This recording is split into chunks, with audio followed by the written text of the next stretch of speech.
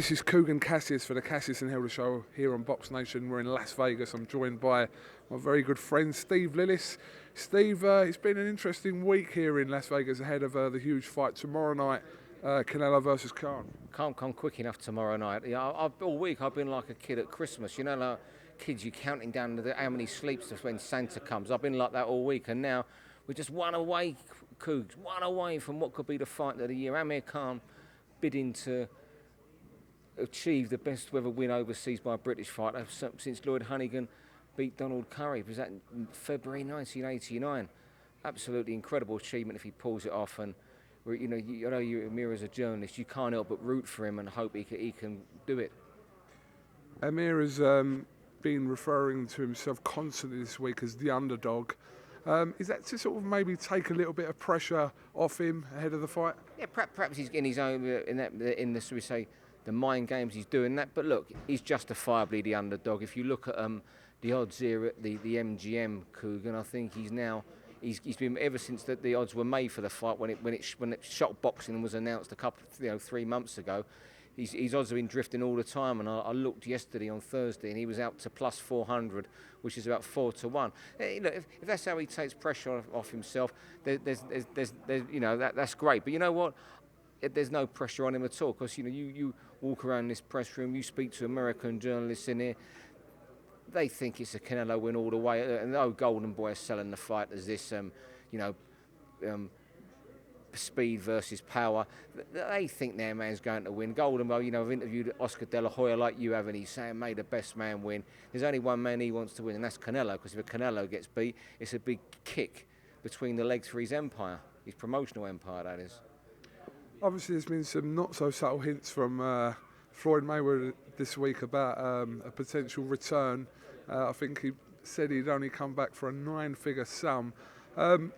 Purposely, accidentally, on purpose, shall we say, put that story around this week ahead of Canelo Khan? Well, the timing has taken a little. He's made an attempt to take a little bit of the glitz away from this fight. Look, he's going to fight Danny Garcia in September. I'm convinced of that. Is it September 16th or 17th? Yeah, he's already had trademarks of 50 not out or whatever, and FM 50 registered 50 and 0.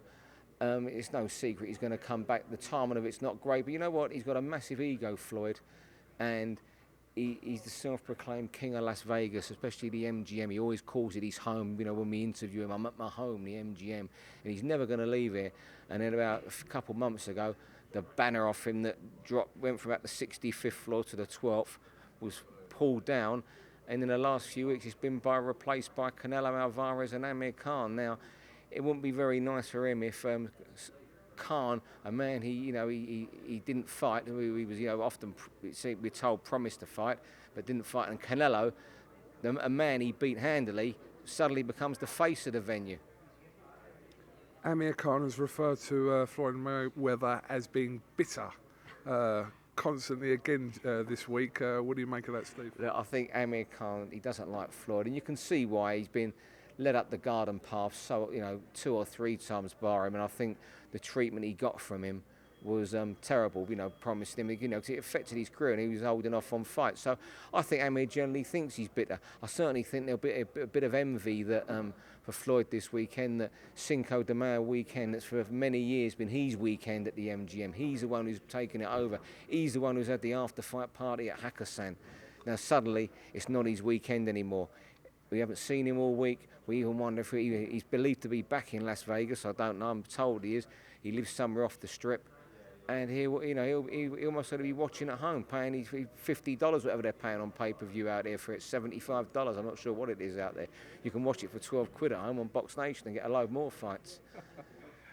Just a couple of fights notable on the undercard. Frankie Gomez and Herrera, and also the return of David Lemieux against Glenn Tapia.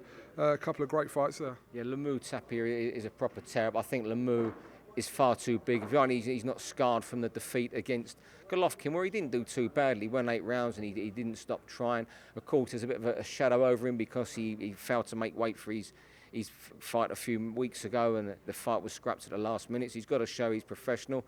I interviewed him and he said he's changed his ways and he's dedicated. And as for the Frankie Gomez Herrera, I don't know what Gomez is doing at welterweight. He's so small. He said to me, you know, he's just too small for the weight.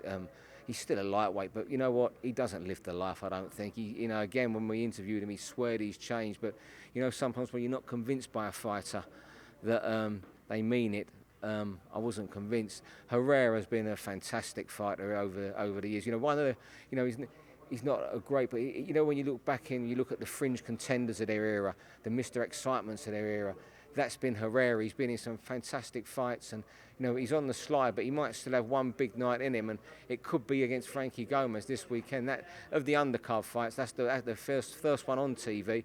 I think that's the pick of them, because you know, I can make strong cases for both men. Tapia and Lamo, you just think Tapia isn't going to be big enough. All right, Steve, listen, thanks for talking to the CASSIUS and Lillis show. So it's all about tomorrow night, obviously at home, all live on BoxNation.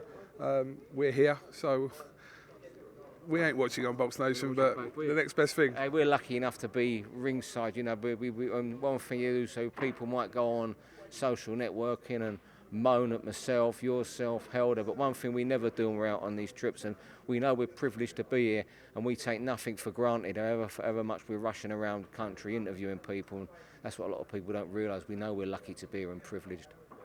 Absolutely. Steve Lillis, thank you very much.